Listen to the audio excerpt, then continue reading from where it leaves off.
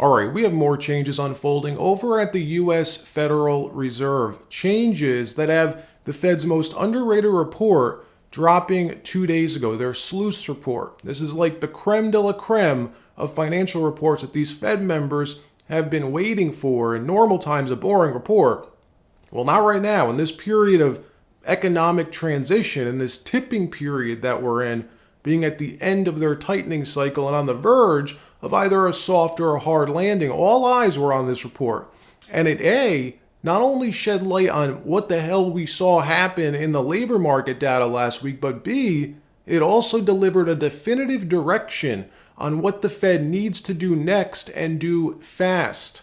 But before we get started, thank you for liking and sharing these videos. It really helps out the channel.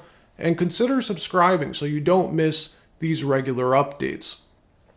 So each quarter, a large group of U.S. banks from all around the country, large and small banks, are sent a questionnaire, a survey, conducted by the Federal Reserve itself. The goal is to understand what's happening in our credit markets, the backbone of the U.S. financial system. Now, this is important. Realize there's no real-time metric or data source available to check how tight or loose credit is. Not really.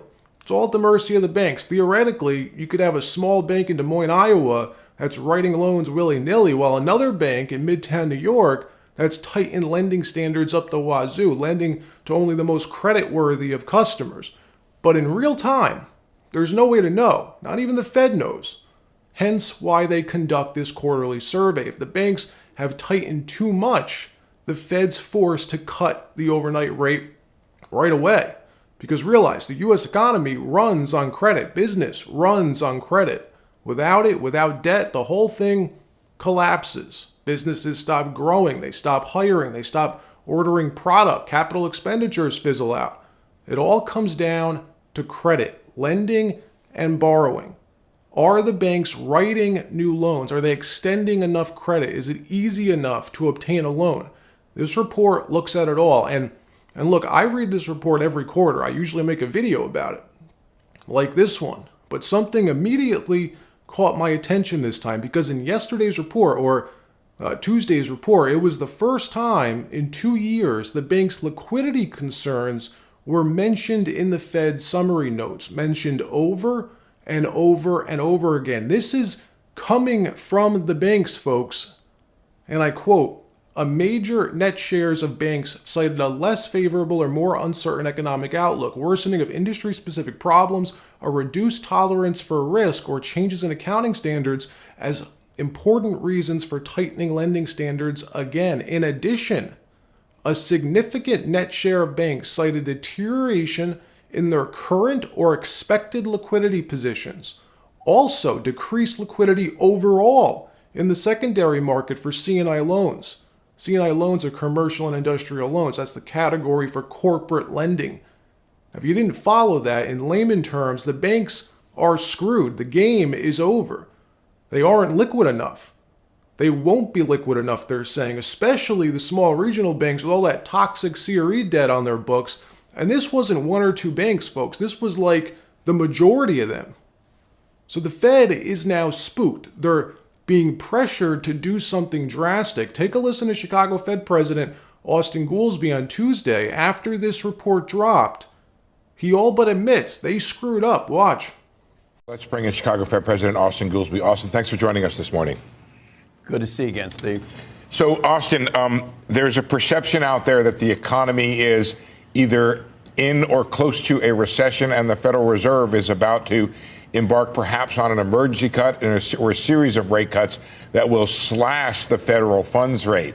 I'm wondering if you could comment on where the market is priced and also what your perception is or your outlook is for the economy and the funds rate. Well, look, Steve, you know that I'm not allowed by rules to talk about what happens at the meetings or anybody's opinion but my own. I've been saying to you for a long time that we've been in a restrictive posture at the Fed. If you look at the Fed funds rate minus inflation, the real Fed funds rate is as high as it's been in a long time, and we're at the peak even in this cycle as inflation comes down. And you only want to be that restrictive if you think there's fear of overheating, and that these data, to me, do not look like overheating. Look, if you've been waiting on the sidelines, building your cash position up, basically staying liquid, you are in good shape. We're not far out now from a landing, and all this happening right before election time. The Fed is in a pickle. They're being pressured on both sides right now, from the banks, who they really work for, and the Biden administration, or the Harris administration. Has anyone seen Joe Biden, by the way?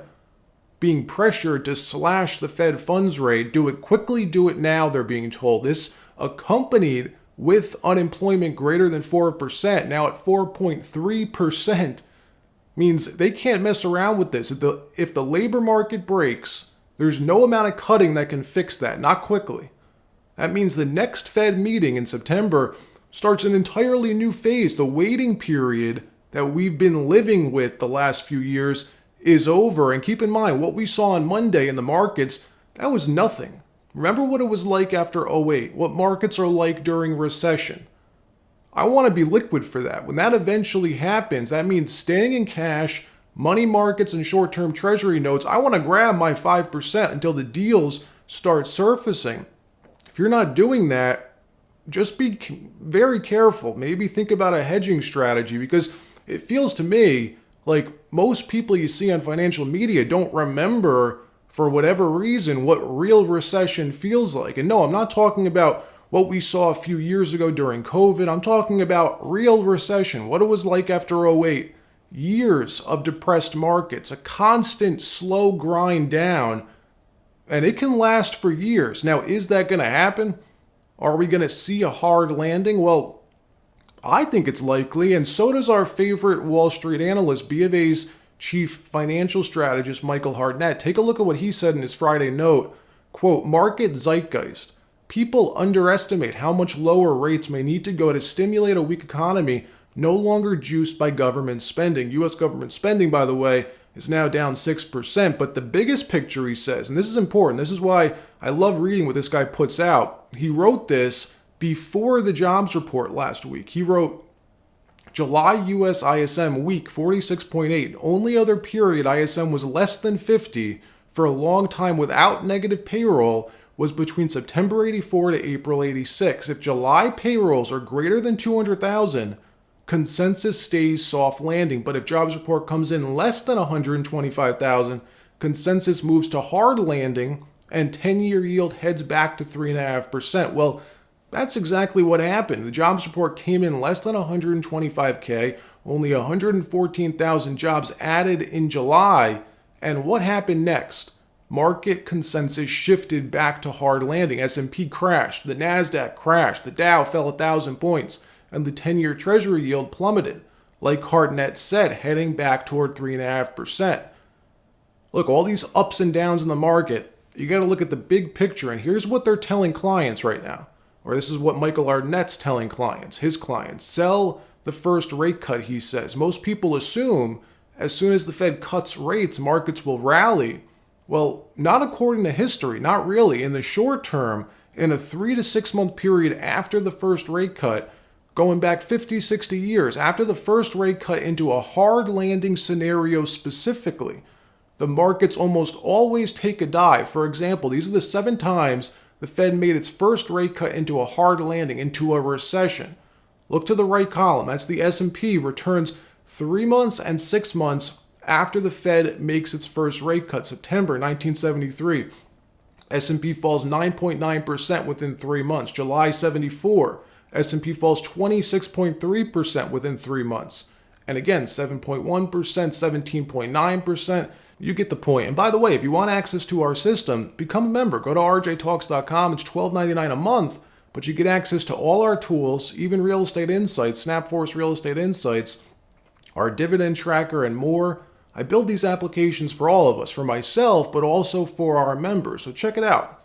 Also, we're planning to start doing exclusive finance-related videos just for members. I get tons of comments and emails from people asking for more finance videos. Well, we'll put them out inside rjtalks.com. We'll break down these financial reports from these top investment banks. We'll drill down on different housing markets, etc. And speaking, by the way, about the housing market, about real estate, this is a great example. The Fed keeps the night rate at 5.5% for a year now, crushing the housing market. Home sales have been at rock bottom levels for a year. Sellers try to hold out, but they can't anymore. Inventory is now returning. Do you see what's happening? The last 2 years have been building to this, building to where we are right now, where we're about to be, a major correction, in my opinion. For example, there are markets right now being flooded with new listings. Take a look at this. If we log into rjtalks.com, go to the real estate page and pull up the active listings map, the blue on this map means inventory is up over where it was pre-pandemic. Look at Florida. The entire state is surging back. Homes are flooding the market. Same with Texas. Just look at this. Look at these numbers. Take Palm Beach County, 13,000 active listings. That's 86% over where it was at the peak of the market. There's 86% more homes for sale currently than there were in June 2022. And pre-pandemic wise, back when the housing market wasn't completely upside down, this county had around 15,000 active listings on average. We're back, folks. We are basically back to normal in Florida. Look at Broward County, 16,000 active listings, 103% increase from where we were at the peak in June 2022. You could see it returning. Look over the months. It's been slowly returning until now we're back to normal. Now, home prices may still be high, but valuations will correct. It takes time, but a correction's coming. In these blue areas on this map, the correction is coming. All right, that wraps up this episode. Like, subscribe. We'll see you next time.